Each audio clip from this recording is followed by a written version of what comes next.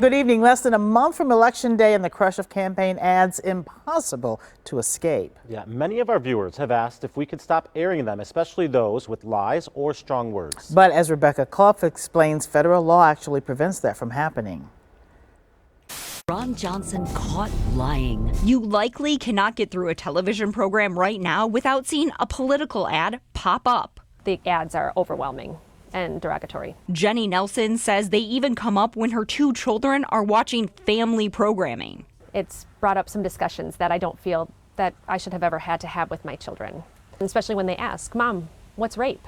And it's hard to bridge that discussion with an 8-year-old.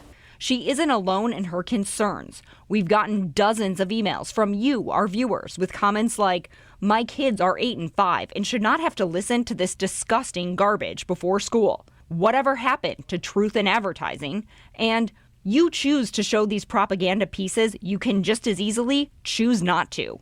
But television stations don't have a choice. We talked to the Wisconsin Democracy Campaign, a non-political, nonpartisan organization that tracks in part political advertising, about why that is.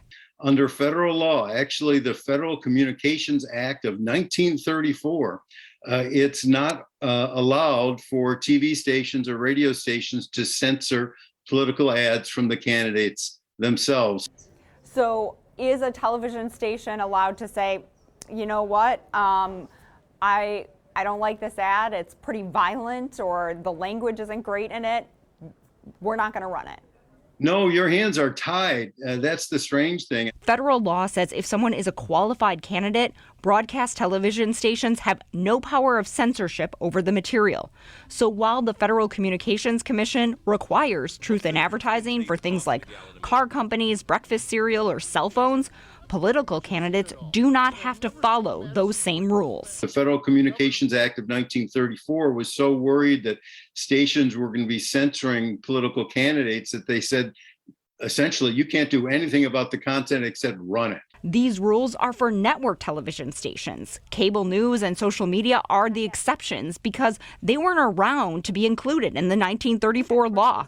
For Jenny, she says she's trying to limit how much TV her kids watch. I'll still vote, but I don't like it. I would, it's not going to change my mind. Rothschild suggests when you see a political ad come on TV, you either mute it or you turn away. He says you shouldn't be making a decision on who to vote for through ads. Instead, he says look up information about the candidates or watch their debates. Reporting in Milwaukee, Rebecca Clough, TMJ4 News.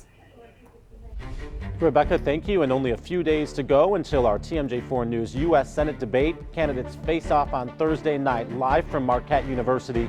Shannon Sims and Charles Benson will serve as moderators, and you can watch that live right here on TMJ4 at 6 p.m.